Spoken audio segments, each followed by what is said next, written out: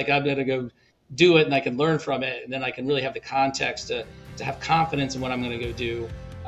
And so I think that was kind of that moment too, was like, I need to do, right? And if I can go do it with others, I can accelerate around it. And I do, I think part of my, fortunate position is I'm fascinated by all aspects of business. So I love finance. I love marketing. I love sales. I love building software, right? All that stuff fascinates me, which is also great doing EOS implementations because I get such a wide breadth of customers to choose from.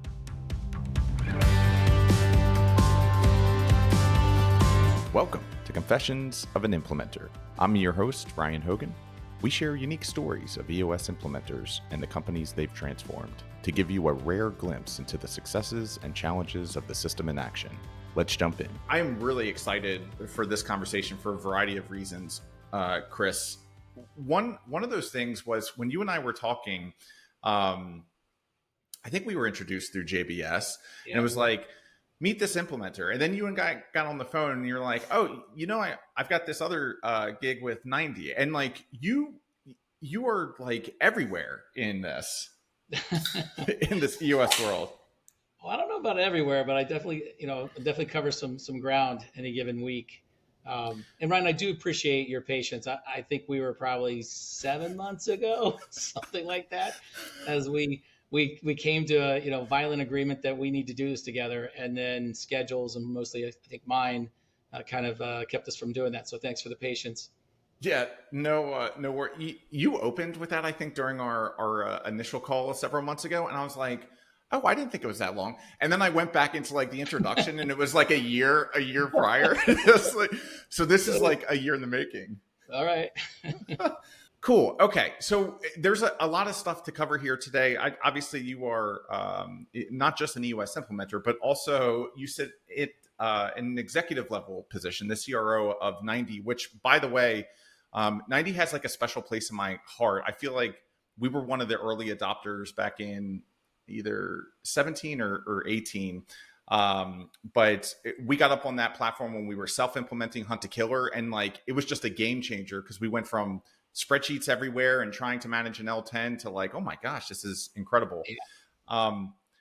But you have a technology background, and entrepreneurial. So where did this all start for you? Which part, the entrepreneurial part or the tech part? Let's start with the entrepreneurial. Well, I think so many people, you hear these stories, right? Like everything from my first real business was a lawn care landscape service, right? And built that through kind of as soon as I could, stop pulling a mower around with my moped to get a truck, right, through high school, and ran that business through college as well. And, but I had all the proverbial, like I had to sell stuff, right? Because at that moment in time, it was like trying to figure out, what that was all about. There was just juice to it, right? It was exciting I started a candy bar route in junior high, which I got in trouble for because, I had kids distributing candy on every bus and every level of recess. And the principal called me in. He's like, hey, what are you doing? Are you coming here for an education or make money? And I'm like, both. I'm like, how about you? I thought he wanted a cut of the business, Ryan, right? Like I was like, what's it going to take? 10%? Like I could do this. No, it turned out it was a monopoly because the band started selling candy bars on Monday. So anyways, so that's just in you. And I think that is almost for a lot of entrepreneurs, it's just DNA. Like you kind of wake up and you want to build, right? You want to figure it out. And so I knew that. And then through college, I'd started another business called Campus Lofts. And we started kind of building loft beds that, where you could actually interlock, link, and then take your university bed and just put the springs inside, and got that up to 3-4 campuses. And that was actually a fun business. But I got to the end of college and I was like, well, I need to go learn from somebody else. Somebody else needs to teach me, right? Like I know what I know and I think I can learn, but I can learn faster if somebody else has a great program. So fast forward, I ended up joining a company called McMaster Car Supply. They're a multi-billion-dollar MRO supply company, and that does not sound sexy for anyone listening. But what is amazing about it is they still have a great leadership development program. So I've heard some other folks talk about on your podcast, right? These are programs where you come in right out of school and every 12 months they move you, right? Like, so I started off in purchasing and then I got to work on warehouse layout and design for a new facility they were standing up. And then I got to go lead a department. And then I got to some point I was a controller, and some other point I was director of marketing and sales. So I did 7 years and just learned all these skills. And fast forward, that takes us to 1999. And anyone who's old enough to remember, that was .com days. So all my friends were now venturing off, and I'd been patient and picking up all these skills: finance, marketing, operations, and it was time. So, went with some friends. We started a company in Chicago. It was a consulting for software. It was my first foray into the truly, like, we did the proverbial raised, I think my memory's fading a bit, like $18 million over dinner, right? From a really good firm called First Analysis in Chicago. And that was awesome. Like everyone would cheer. Now I was like fourth, fifth seat in that scenario. So with, some other good folks that were much more on the leading side, but I was close enough to all the details. And then we got to run and ramp, but it was .com days. So I think we hit about 150 plus consultants at one point, but you knew it was all wrong because the deals were flowing. You weren't working hard. Like they were spending $3 million, $10 million on software sight unseen. And you're like, this is going to end badly. And it did. So I transitioned from there to a software company that, was a really good run for a bit until it wasn't. And then we woke up in 2002, because we were also PE backed at the time, and about 500 people. And then they sold us to a publicly traded software company that was 6,000 people. And I got to wake up to, half the company was let go. And then all of a sudden you've got like 350 people reporting to me in consulting. And I'm like, this is not what I want to do in a publicly traded situation. So wow.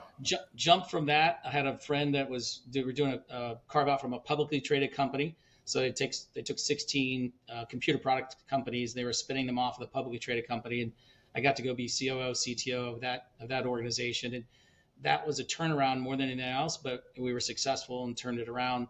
But I had a passion along the way as CTO, because again, we're now living in like 2005-ish type of frame, and I really loved mobile technology.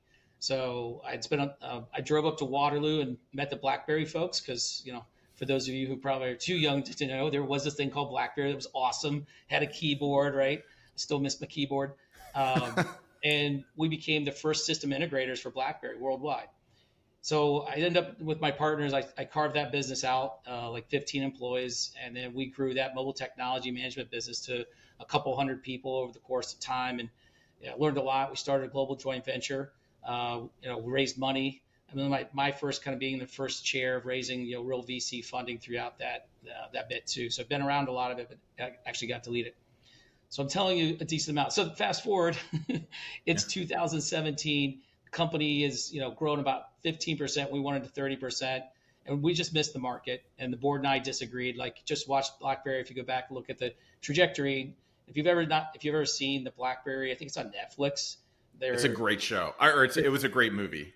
Yeah, right. I know all those people. Like, I was in so many rooms with them. It's Jim Basile and all those guys. So it was kind of interesting to see it from that perspective, having lived it with them. Did you almost go by the hockey team as well? Were you on the PJ with him? No. But I was in Pittsburgh when he was making that play at the hockey thing, which obviously did not go well at all. Yeah. It's a different set of meetings. But anyways, so we missed the window. The mobile technology thing, the management side of it was shifting to security, which is what they were doing. And so we had diversified into Android and Apple and all that good stuff.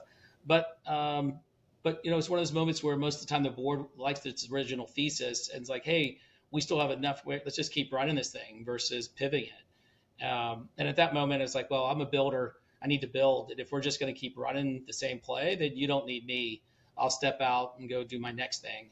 And that company, we eventually got it sold completely to private equity within 3 or 4 years, but it was not the out it could have been in my mind if we would have shifted the strategy to security. Because if you watch in that same time frame how the MSPs, we had all the infrastructure to do it, wouldn't have been that big a shift in my mind. But it would have been so much better because the managed security side took off, whereas the managed mobile side did not.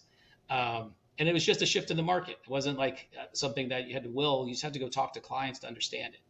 And that's always why I've gotten frustrated with boards, because a lot of these boards are financial boards. They're not operator boards.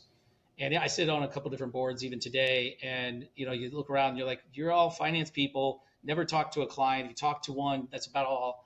And it's like, where are the operators in the room, right? Like, where are the people who actually know how to build and actually go talk to clients? They're in the market all the time. They can understand more than just how the numbers are adding up. So that's my beef with the board, but differently said. So I left in 18 and wanted to go figure out what to do again. And more than a few of your guests have this moment where somebody gives them traction, they read it, and they're like, that all the bells and whistles go off. That was not me. So I'd never heard of traction. I'd implemented Lencioni's Advantage, and I had a friend who you knew I was kind of in that transition mindset, trying to figure out, do I build something, buy something? What am I going to do? And he had just bought a couple staffing companies. He was like, hey, I'm kind of self-implementing EOS in these companies. Would you be interested in this work? And I was like, well, let me go take a look at the work. So I called 30 EOS implementers. I got a little bit of a high fact finder in me, and I went and talked to 15 business leaders doing it. And the amount of response, right, and excitement about how transformative it can actually be is what got my attention. And it's like, all right, I'll go do this. And back in those days, in 2018, you didn't have to go to boot camp. You could just do base camp implementation. So that's what I started off doing, and really fell in love with it. So I did the EOS boot camp in October of 2018. And my thought at the time was, I think a lot of EOS implementers is like, hey, I'll do this work. And it's like, well, I'll use this as deal flow. I'll find cool companies to work with. And if I believe in them, then I'll invest money and time, right, and help them build out what they're going to do. And this will just be a great pipeline for it. Which is really kind of how I found 90. So you were a little before me, because I didn't start using 90 till mid 2018, from a implementation perspective. And I went looking for technology because, that's how you do more with less forever, no matter what you do. It's just how you do it. And so there's two platforms. Met Mark Abbott from 90, their founder. I think it was 4 employees at the time. So it was pretty small in the early days. And we hit it off. And so I became an investor and advisor in that business in 2019. And then in 2020, Mark asked if I could help out a little bit more. And the pandemic showed up, Brian. So I had some time. Yeah. It's like, well, look at that. So you got to be CFO as well as work on the channel revenue side. And, my stint as CFO, unfortunately, I thought it was 3 months, but it's kind of like Gilligan's Island. It went 3 years until we actually because we just kept building, right? We kept growing. And it's like, okay, well, I can keep doing this a little bit longer. I think a lot of our entrepreneurs listening can understand that, because we're always like, you do the thing that you can do, you do, and the thing you can't, you hire for. And we were doing all right on that front. So, so that's how I got to 90. I still do EOS implementations. I keep about 7 clients. That keeps me fresh. I love being in the room when it happens, especially when we're using software and I get their direct feedback. I think I'm much better coming back to talk to our product executives and kind of working through what I hear. It's a different perspective maybe sometimes than those that, we just talking to a customer or talking to an implementer. That's amazing. One, what an incredible journey. And two, I was taking notes as you were talking, and now I'm like trying to figure out, there's so many interesting kind of places to take this. The one thing I want to come back to the CFO, and I want to come back to the board. The CFO thing is really interesting to me, based upon like your background and experience and education and approaching the CFO through an operator. I'm going to put that one on ice real quick. And I want to go all the way back to when you were graduating college, and you had this moment where you had been operating a business through college, but there was something inside of it. Like what told you that you need to go learn before you go build the thing that you're going to go build? Well, it was a realization when I was sitting in those college classes, right? Whether it was a marketing class and we're talking about pricing and packaging and all this stuff. And I had a tiny bit of background to go pull on, right? And I could feel the acceleration to the point of what I knew. And I'm a kind of, I need to know it type of person. Like one of the things that I heard, and I think this actually came from Gino in a conversation, was like, EOS is not target market for partnerships. And it's like, well, why isn't it? Why shouldn't it work? It's like, well, because there's too many partners, the decisions don't flow. So Ryan and I went out and got an accounting firm, a law firm, a consulting firm. And I was like, I bet that's not right. It was right. But that's how I know, right? It's like, I'm going to go do it and I can learn from it. And then I can really have the context to have confidence in what I'm going to go do. And so I think that was kind of that moment too, was like, I need to do, right? And if I can go do it with others, I can accelerate around it. And I do, I think part of my, fortunate position is I'm fascinated by all aspects of business. Yep. So I love finance. I love marketing. I love sales. I love building software, right? All that stuff fascinates me, which is also great doing EOS implementations because I get such a wide breadth of customers to choose from. And being a student of business, you can see patterns, and then with permission, you can even bring them in. Whether you introduce one visionary to the next across functions, across industries, which is always fun to do, or just share with them what you see in the patterns versus what maybe they can only see for themselves. Your journey is like so linear from a like professional development standpoint. Like you got a taste of entrepreneurship, and obviously you had that itch since day one, and then you had this maybe like self-awareness, self-realization where it's like, in order for me to like be the best that I can be going down the pipe that I know I'm going to go down anyhow, like then you started at a big organization, went all around, then you were number 4, number 5 in the next one, and then like you got to a place where you finally launched your own. So you learned everything from like every core function, raising money before you did it. The intentionality behind that, like, did you just know like it was time when it was time, or it was just like I was just moving forward? No, I think it was often just moving forward. You probably, I don't know all the episodes, so maybe somebody else has already said this with you before, but the bicycle analogy, like part of my like scenario is if I stop, I'll fall. So it's like forward motion progression, right? And even I'm a huge Maslow's hierarchy of need person, right? Like, boy, the whole self actualization. I don't know how long it takes or how exactly to get there, but progress, progression is my path, right? It's like people worry so much about what you'll hear them. They'll say like, how do you know your purpose? Do you have a purpose? And my purpose is progress, progression, right? How do I get better, right? How do I help those around me that I love and care about? They also, if I can help them get better, but that's just for me, that's the point, right? It's like learning more, helping more, having a better impact, right? Like those are the things that drive me. Did you feel ready when you finally like founded the company? Like, were you like, we're here and these are the steps that I took? Like, regardless if there was like an acknowledgement, No, did you have the confidence?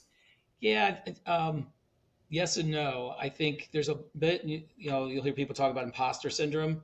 Like you want to be humbly confident. That's an EOS thing, right? But at the same time, if you're really aware, you're like, there's so much I don't know yet.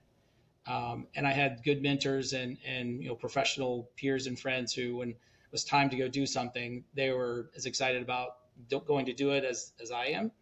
And I also think a lot about one-way and two-way door decisions. So that the concept here is like, if I can walk through a one-way, I can't get back out, right? That's that I have to know. But some of these are just two-way door decisions, right? Yeah. I can go, I can do it. If it's not quite right, I can walk back out of it again. And so it's not, the fear of failure isn't there. And it's more of the fear of missing out on the opportunity, right? It's like, I don't want to like, and also I think some of your couple of the episodes I listened to, it's hard to know because you're committed and you're grinding. You don't want to give up too soon, right? You want to see it through because you are committed. You probably convinced a lot of other people to be committed. But I've had to, I've shut down a few of businesses that I thought that if I could have grinded on them a little further. These are typically businesses I like have an idea, found an entrepreneur. I'm like, hey, I have this idea. You want to start a business? What if you go start this business and I'll help you? And then they come back and they get stuck, and you realize, okay, we're too far apart. Like this, I can't help enough, and they're at a place where we just need to shut this one down. And those are hard ones too, because you can see it, you just can't get there. Yep. So some of that's also just good awareness, figuring it out. It's interesting. It's interesting. Like my first company that I launched, it was called Warwear, and it was a performance athletic apparel tailored for the warfighters of tomorrow. And spent like 2.5, 3 years on this business. And I would say for 75% of that time, we had a whole garage full of t-shirts that we had imported. And that was like, there were so many lessons in that first real company. Cause like you, I was selling creepy crawl. So for me, it was Mrs. Price. It sounds like it was your assistant principal or the principal. For me, we never got past the teacher, and Miss Price shut me down, but our journeys are very similar. And I had this thing of like, if you build it, they will come. And I don't know whether that's like the entrepreneurship, like, aura, or like people just think that. But once you get in, you realize, oh, that's not it at all. You have to build something compelling and that people actually have a need for. And I held on to the first company way too long. But it sounds like you've like figured some of that stuff out along the way.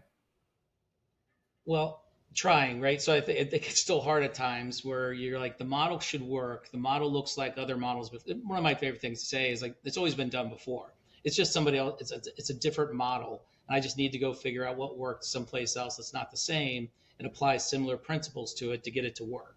And we see that, especially as businesses grow, they hit ceilings. When they hit ceilings, you have to reevaluate. Often it's not running away from what you're doing. It's modifying either the market that you're doing it in or the way in which you're taking it to market such that you can get it to grow again.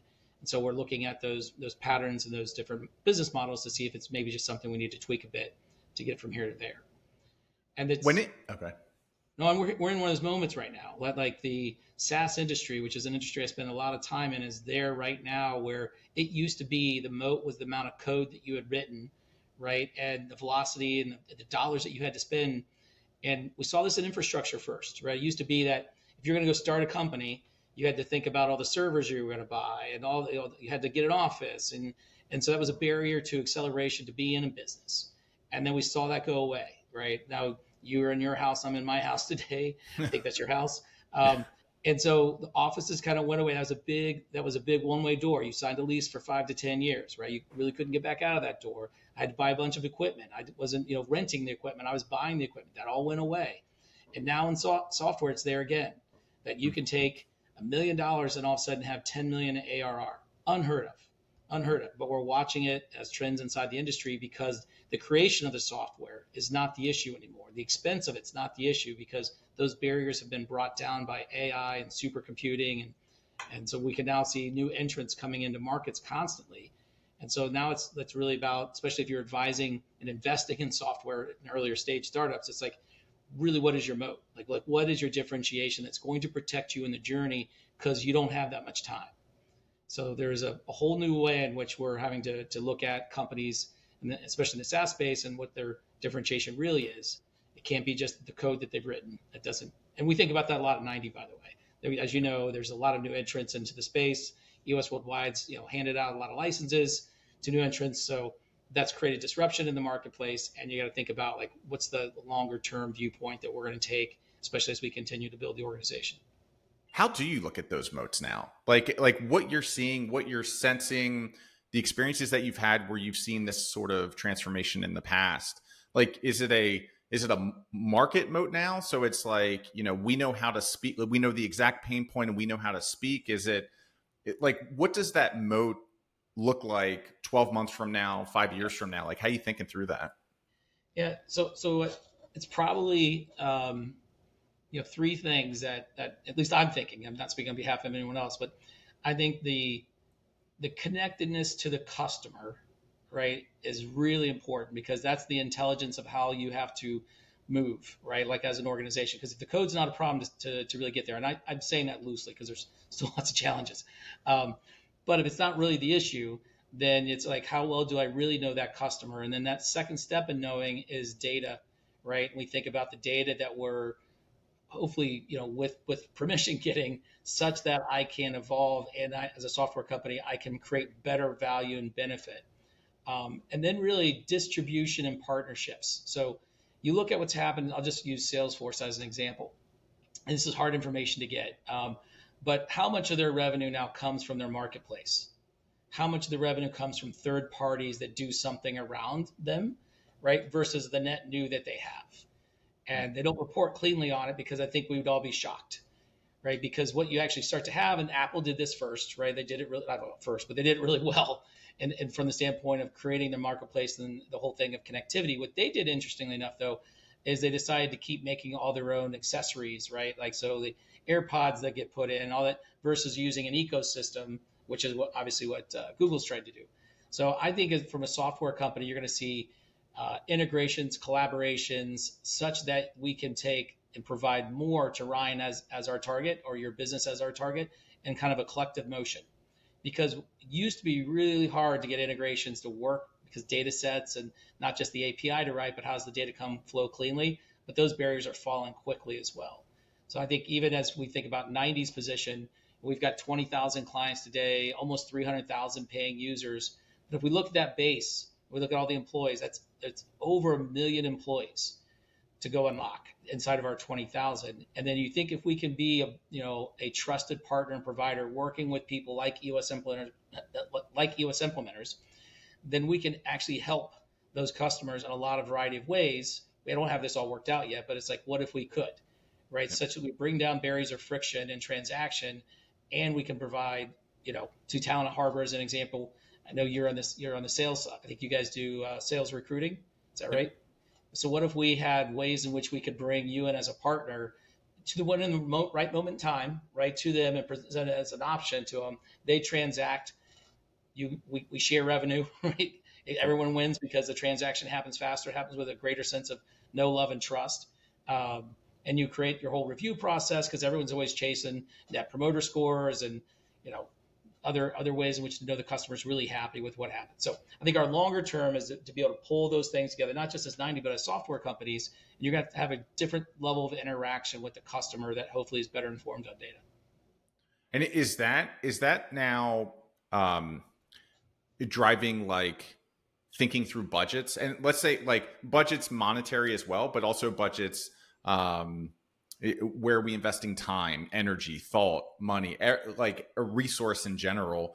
Or is there a shift there? So if it's easier to code, then is the budget coming out of the technology team and then being put into a different team? Yeah, it just has to be because, we'll pick on QA. I mean, we had a 10-person QA department, and this last year it's down to, I think, 2 people, maybe 1.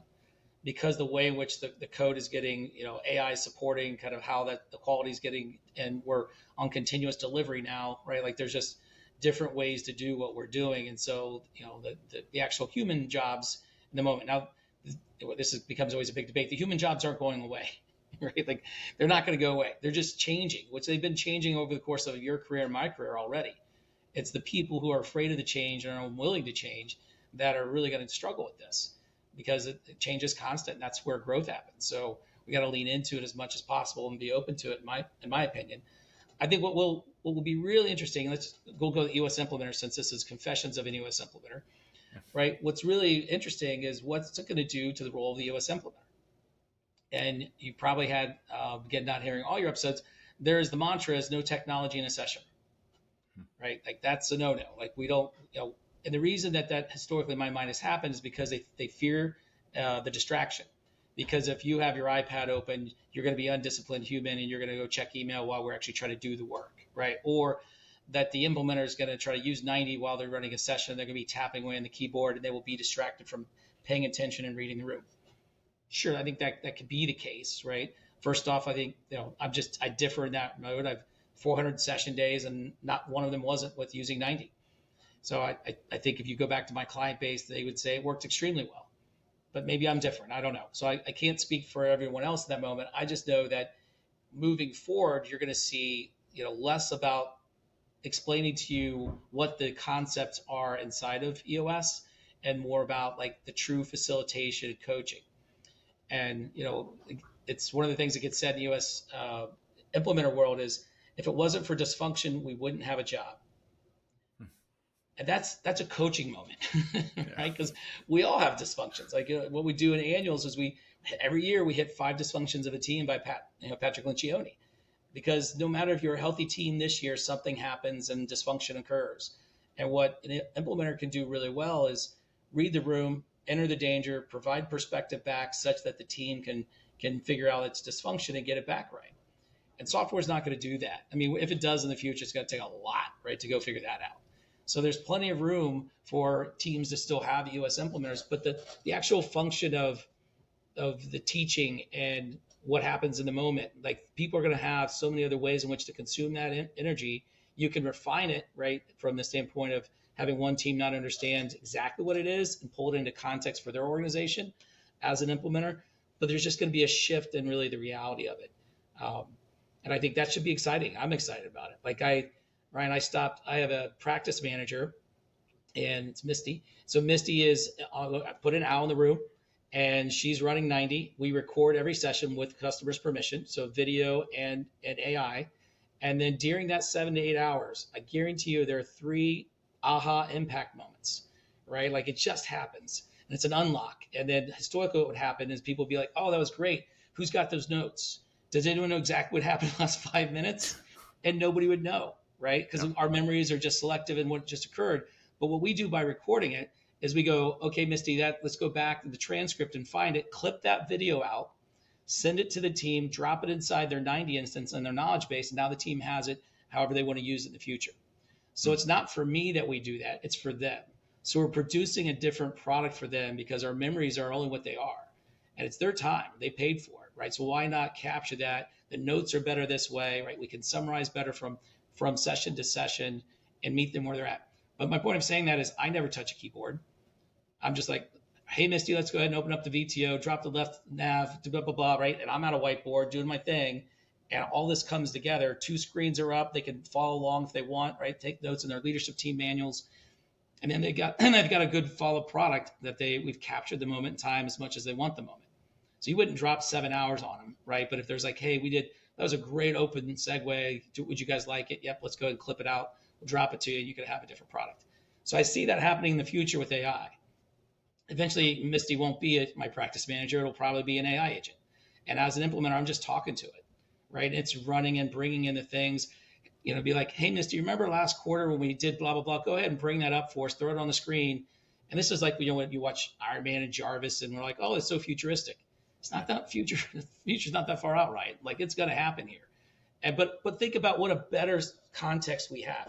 How much more, how much powerful it can be when we're doing that type of work together with all the information that we need at the time we need it. So the implementers who get, in my opinion, just my opinion, the implementers who get really comfortable with accelerating the skills that help solve the dysfunction, facilitation, and coaching, then I think it's going to be an exciting time. It's so interesting because as you were right before you got into the story of like what the future would look like in a session room, I was actually going to take us down that path because I was like, do you imagine a place in a session room where you're just talking and there's Jarvis or something and you took us there. Where is AI going? When we look at all these revolutions in the past, industrial revolution, like all these different things, plateau might not be the right word, but like it happens, the change occurs, and now we have a new normal at that point. You and I are probably plugged into all the same things where people are fearful of their jobs and like what's going on and blah blah blah. And I tend to take your position as well, where I'm like jobs are going to as they always done through thousands of years, right.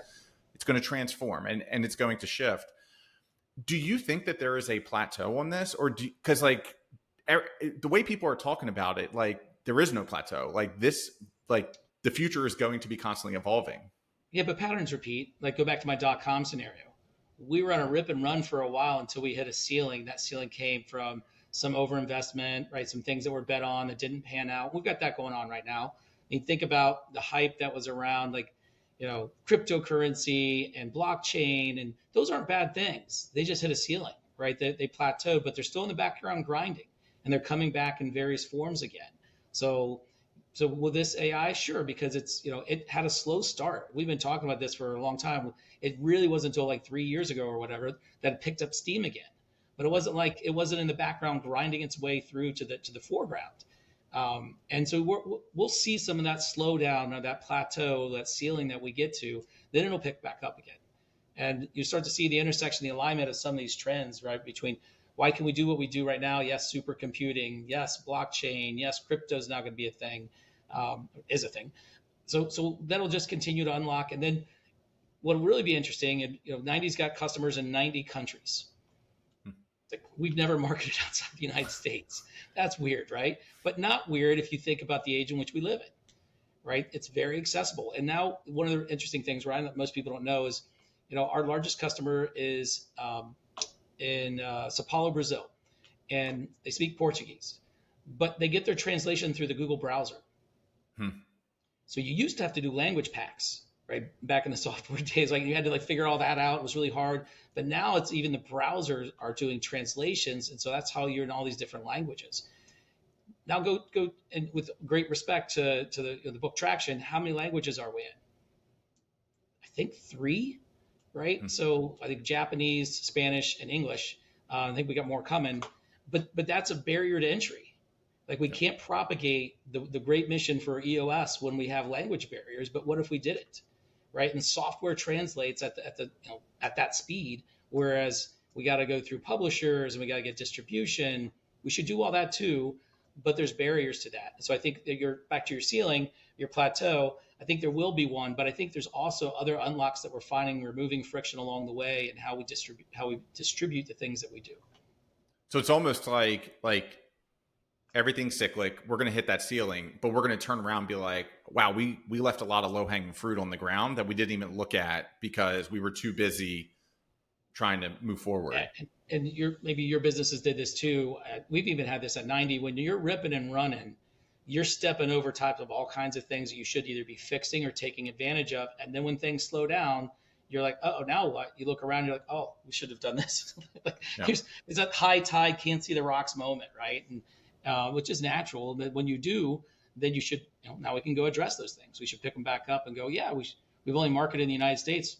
Maybe Canada's a good place to go, right? It's like all these there's plenty of other places to start to try to take the opportunity set into. All right, quick break, friends. Do you find it impossible to hire and retain top sales talent? Or worse, are you paying insane recruiter fees who are all using outdated hiring processes? Yeah, I was too. At Hunt to Killer, we were spending hundreds of thousands on recruiter agency fees. And after I sold that company in 2025, I started Talent Harbor. And the whole vision here was to make sales recruiting accessible to small and medium-sized businesses, because the organizations that can hire and retain world-class people are the ones that ultimately win. Most organizations rely on things like ZipRecruiter or LinkedIn, and they get hundreds, if not thousands, of resumes. But we find that the best salespeople are already perfectly placed somewhere else. And that's why our approach is to go after them. And we do that through a business model called recruiting as a service. We do not charge commissions. We do not have success fees. We don't have contracts. We don't have long-term engagements. And we become an extension of your team as expert sales recruiters. If you're tired of the same old recruiters and want to actually grow your sales team, check us out at talentharbor.com. That's Talent Harbor, TALENTHARBOR.com. Let's get your next sales superstar hired. This is a fascinating conversation, by the way. I don't believe I've had anybody on at this point that's been so like in tune to technology and AI and things like that. And obviously, like, you live and breathe this stuff with your other job, not your second job and your day job. You're just your other job. What do you think? Where do you think that limiting factor is? So like, okay, we're cyclic, we're going to hit the ceiling. Like, why do you, if you were to look like 12 months, 18 months into the future, why did we hit that ceiling for progress on AI? Well, if I have to look at patterns of the past, like something's going to make a break, right? Like maybe it's a security issue. Right now, we're trusting high, but we probably shouldn't be. We did that with social media. We trusted high until Facebook stole stuff and sold stuff, right? And then people pulled back, and so there's maybe a security issue looming out here. Look at the whole trademark industry is struggling right now. Books, and we're going to throw up more barriers around it to slow it down, but it's hard. Like, these things are learning and people are feeding, and then your AI talks to my AI and then learns from yours, even though I gated mine, right? And so there's this transference, and it's going to be challenging, but something's going to break, and then regulation is going to step in to slow it down, right? And then its natural course is going to fight back, just like the other patterns have. And so then we're going to like, okay, well, that slowed us down, but it still is just a natural force to want to grow again. There's still a generation that's going to be slow. There's pick whatever age you want to pick, right? But it's a generation that, just like with mobile, I mean, there was plenty of people, like, I remember like bringing a BlackBerry into the room. They're pissed. Like, don't do that. That's a distraction. Why would you ever do that? So then it's like all of a sudden that flipped, right? And people are like, okay, I got to adopt this. So we'll see some of that's happening right now, right? Where it's like, well, that fear that we talked about, or don't do this, do that. Okay. But you can only do that for so long before the age flips, right? People exit, We've got a huge retirement, section happening right now in various industries. So as those folks step out who are more resistant to the change, you'll have more step in and it'll grow again. What's most exciting to you about all this, or kind of the age that we're in right now from a technology standpoint? Well, it's the ripple effect of impact. So, when you start to think about it, you go, well, gosh, I can coach. I think most implementers would say if you're doing 20 clients or 20 plus, like that's a full practice, and that's all you're going to get to, right? And I can only do so many a year. So over my career, however many years that's going to go, 10, 15 years, something like that. That's all the impact you can have. But what if it was more? What if you could actually help more people while you're doing the core implementations that you do, but then you actually have software, you're help first, right? They're self-implementing like you did, right? And then the software, it can reach out and say, hey, Ryan really needs a quick conversation, Kris. Okay, let's have a conversation. And then we can, I can help you at the moment, right? And then we can, there's a future of cohorts. There just are. You can watch these masterminds set up all over the place. Not everybody wants to consume at the same level because they're not the same stage. That's fair. And so you'll see more cohorts happening where people are at like an earlier stage of business building. They're not ready for a full-time implementer, but now they actually got, the technology they need to get from stage 2 to stage 3 where they're ready for it. And that's just a natural part of the journey. So the struggle is real, but you don't really have to struggle. So let's get tools that we can have greater impact, greater ripple effect. And hopefully the EOS implementers out there will actually feel the need to have a help first moment and help those folks. So many of them do it today. They just do it in workshops, right? Again, limited reach, 25 people.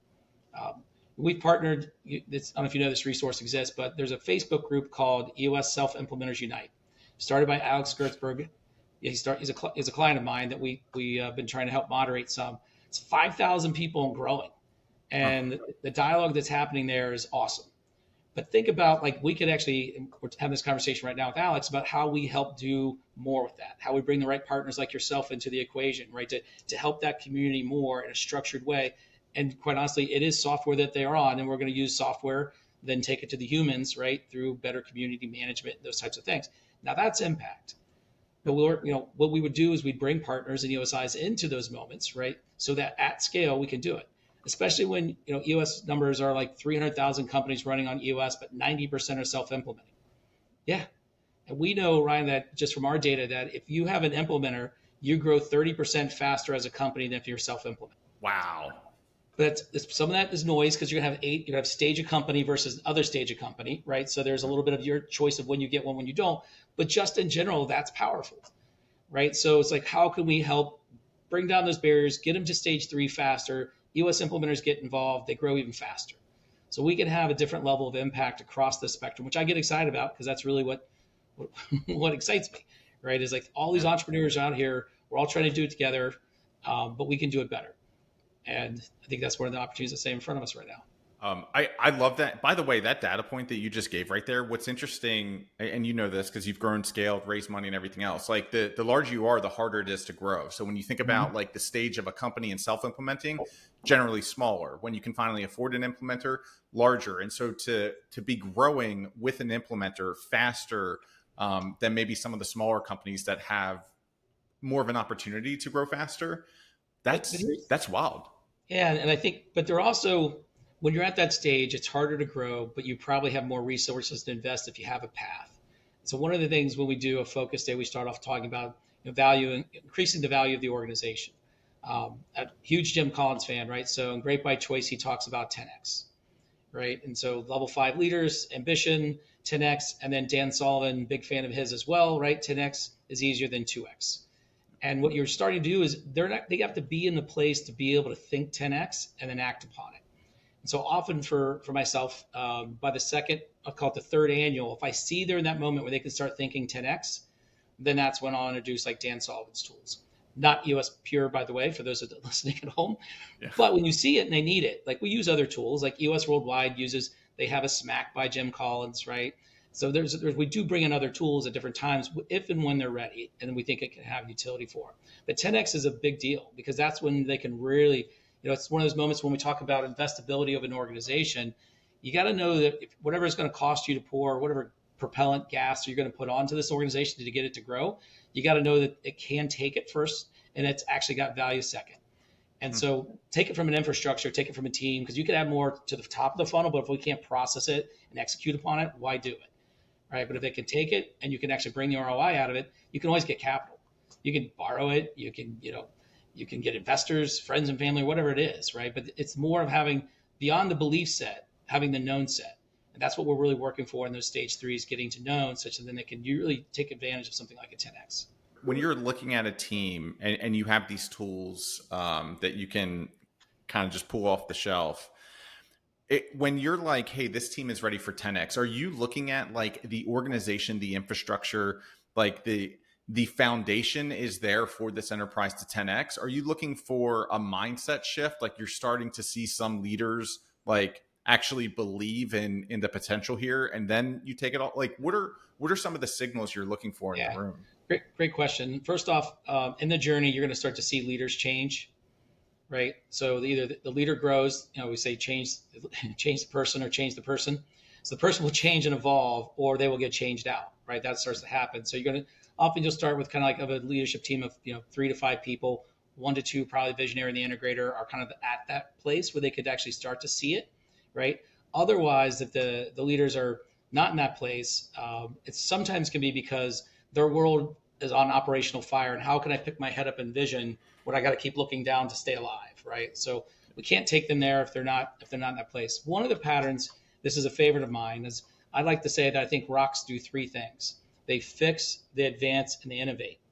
And if I look at the pattern of my customers' rocks, when we first get started, they're fixing so much because they haven't had the time or the discipline yet to go fix. So they fix, and over time they fix less rocks, and then they advance better. And advance is much more towards the goals that you set. Like you can now in 90, we can link all this stuff, by the way. I don't know if you know that, but I can actually take my annual goals, link it to my rocks. So we're establishing these patterns, right? So now I can see I used to fix 80% of the time. Now I'm advancing 60%. And the thing that starts to show up as the third category is innovate. So fix, advance, and innovate. Now, when I start to see that pattern, more and more of the leadership team rocks are around innovation. We're ready. Because they got the mindset to do it. And they're also, they've earned the right, they've built the business to the place where it can take the innovation. And so we can really start to think about, dream out, right, and get them there, which is fun. What you just said there with like tying the rocks back to the annual, I'm sure like, and then tying your annual goals to your 3-year picture, 10-year target. Like what's interesting about that is when, and this is probably one of the downfalls of self-implementing. So we actually at Hunt to Killer, before I sold it, we were using Margaret Dixon out of Boulder, Colorado. So we spent about 3 years self-implementing, 0 to maybe 15, 20 million. And then from 20 to 50, we had an implementer that was helping us get there. And like all credit to that. The 2 things that changed my life, one, EOS and EOS through professional implementation. And then number 2 was Vistage at the time. And so like, that was incredible back in the self-implementation mode, because like, I've been doing this for 5 or 6 years and I'm like, we at least know enough and we're kind of still small startup mode. And as you said that, what I just realized in self-implementer mode is like, we may look at what our annual goals were when we're doing our quarterly rocks, especially like when you create the annual goals, because then everything's like attached to it. But it's those other 3 quarterly pulses where I think we're more focused on what are those long-term issues or what's just been popping up. And then we'll grab one of those and put it on, put it as a rock. And I don't think we do a good enough job tying that back halfway through the year. So anyhow. Yeah, but Brian, think about this. And I do this manually for clients today, but I'm excited. Whenever you reflect upon the year, we grade the quarters along the way, right? We drop that in the scorecard so we can see the progress. We put 3 to 5 talking points, and that's good reflection. But what really is part of the dysfunction is I can't see if I'm solving the core issue versus the symptoms, right? So if we play whack-a-mole on the symptoms and we're afraid to get to the core issue because they're often scary, right? How do I see that?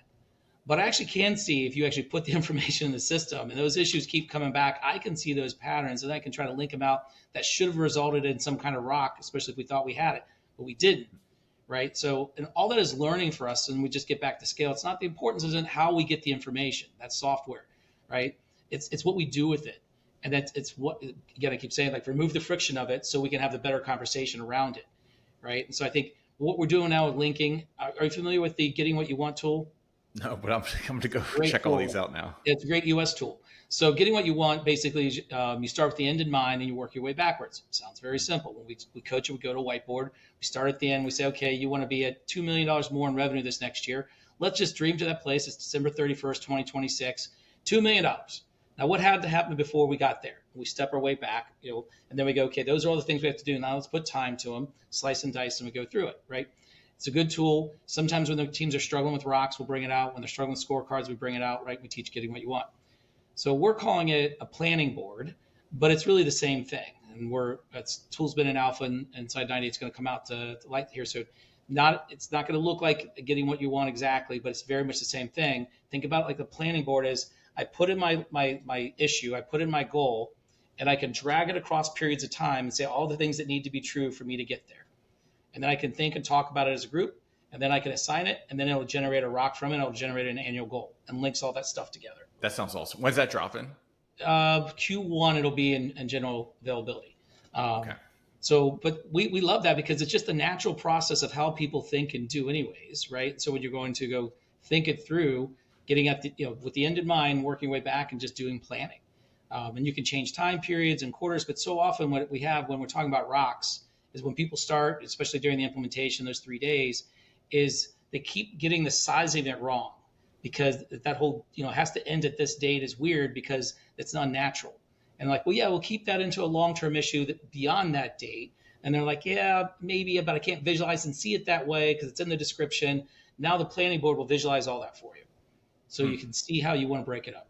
Awesome. Do you have beta testers? Do you have people you can just switch their account on? On beta? Yeah. All right. Talent Harbor. Yeah, we got about, I'm going to get it wrong. I think there's 1,600-ish companies in beta. And what we always say is like, it's the fun part is seeing all the stuff coming. We need the feedback, right? Because otherwise we'll make a release on something. So we need the feedback. And that's why we do it. But then you got to be ready for sometimes it doesn't always work the way you want it to work out of the gates. That's the feedback. Yeah. But you do get to give input, and then you get to see it come to life. You're like, yeah, that was mine. I said that thing. I'll tell you, and I'm not getting paid to say any of this. You guys have always taken the feedback and taken action on that. And I'm talking like since the early days, like when this was just a better kind of spreadsheet or a better way to kind of organize all this stuff outside of like Google Docs and Google Sheets or whatever any company was using at the time. I would just give unsolicited feedback. Like I think at a certain point I was like, it'd be really cool if when something was either off track or there was a metric that wasn't in the goal, like if that were red and like magically a few weeks later got an email back, hey, we did it. And now it's red. And so now every time like something was like on track, off track, it was color coded. And you guys just built a culture on this idea of like listening, iterating, and then providing that, that feedback. Yeah. I'll share one recent example where, that creates a challenge for us. So let's call, half of our customers are self-implementing customers, right? And so they don't know what EOS Pure is, and they give us a lot of ideas. Mm-hmm. And I'll say that not all of our product people really understand what EOS Pure is. And so the example here is the accountability chart. We say structure first, people second. So if you look at the accountability chart, you start with the functional name, right? Visionary. And then it says Ryan Hogan underneath it, right? Not your name and then. So our product teams had all this feedback that is incorrect. But if you go look at who's it's coming from the self-implementing community. They go, no, that's not what an org chart looks like. It needs to have Ryan's name first, title second. So we did it. I didn't know we were doing it. It showed up, and then all this feedback from customers going, what just happened? Kris. And then our other implementers got that feedback, and then I had to go to the product team. I'm like, you got to switch it. They're like, no, this is what our customers want. I'm like, then they need to not be on the EOS template.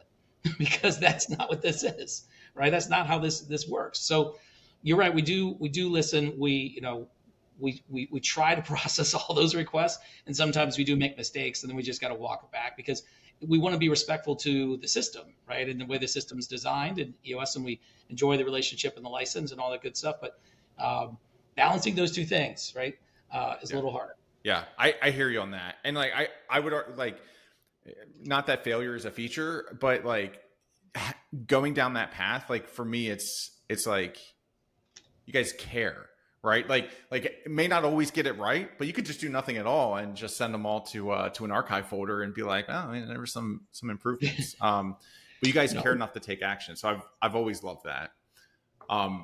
Okay. In good EOS practice was start on time, end on time. And I know you are an incredibly busy person because it took us a year to get on this thing. No.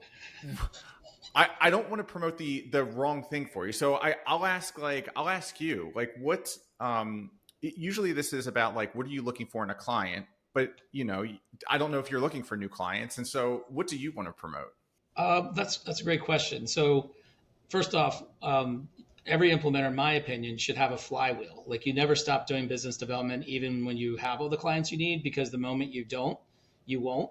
So I'll just go with what I look for a client that wants to grow. I know it sounds obvious, but you got to want it, right? They also need just to be in the mindset that when they want to grow, they're willing to do the hard things because it's always hard. And, I've done plenty of 90-minute meetings when we get to the end and I was like, what should we know that we didn't ask you? I'm like, well, you got a little bit of my personality today, but you should know the rest, which is, why don't you tell me it's what you want, you desire from your business? I have a one switch, and that's to try to figure out how to help you get it. Yeah. Right. And I've had more than a handful came back and like, you scared our team. I'm like, okay, that's good because I would have like there's only one path here. That's forward. And so you say you want it as a coach, then I heard you want to have a winning season, and then we're going to try to go have a winning season. So those are kind of things I'm looking for in a client. But really, what I would love to put out there into the ether, obviously 90 is always looking for clients as well because we're a growth organization, but more EOS implementers. Like if someone's considering, right, to go down that path and become an EOS implementer, we have 870 incredible folks inside of our community, but it should be thousands.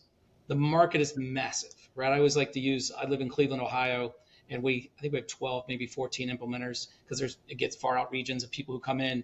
But there's like 12,000 target market companies in Cleveland alone, and a full-time implementer carries 20. Like we're not going to get there. Right? Like we need more folks that are super excited about helping entrepreneurs and their leadership teams get what they want from their business, living their EOS life, right? Like those things are important. And with what's happening right now from an age and stage and people transitioning out, right? Maybe they sell their business and they're ready to go do something else. They have an exit like I did. I'd love to talk to anyone who wants to have that conversation because I think it's a great journey, not for everybody, but if it's something they're interested in, love to have that conversation. Nice. And do you travel or do you look in Cleveland or you're like, no, I'll get on a plane? Well, because my kids were younger when I started this, they're now 18 and 21. So I wasn't traveling, but I've opened that aperture back up. So now, especially around software companies. So I picked up a few software companies that are out. And then, kind of just real selfishly for 90's sake, if it's a business that I think is highly interesting for us and where that space goes right now, Ryan, is franchise. Like franchise is really interesting to us because it's portfolio management. PE companies, I've coached a couple smaller PEs, but that portfolio and the things that we can build to be helpful to both the owners of those businesses, because it's so like, being a VC-backed company ourselves, there's a ton of reporting. That's just friction to us. Like, yes, we have to do it, but what if we could actually help in doing that? And so we're like portfolio management's a place where I'm taking some more clients right now where I think that could be interesting. There's so many things I could say, and I don't want to take us down too far of a rabbit hole. If someone just listened to that and they're like, hey, I love the background. I've got a technology company on private equity. How do I get a hold of Kris? What's the best way that they can get a hold of you? LinkedIn's easy. So it's Kris with a K, Snyder, and you can find me on LinkedIn. 90 and EOS is going to come up. And also we have microsites. So if you go to EOS Worldwide, there's a directory. You can just put in my name. It's going to come up there. And there are emails all the same. So it's just kris.snyder@eosworldwide.com. That'll come up. If you want to talk to me about 90, that's really straightforward. Just kris@90.io. Sweet. Awesome. Kris, thank you so much for the time. I appreciate it. Yeah, this was really good. I didn't even realize we were going to go so far down the technology path, but such great insights on that. So I appreciate it. Yeah, well, hopefully we got enough EOS implementation stuff in since that is a confession. I thought it was great. Thanks again for coming on. Yep. Thank you.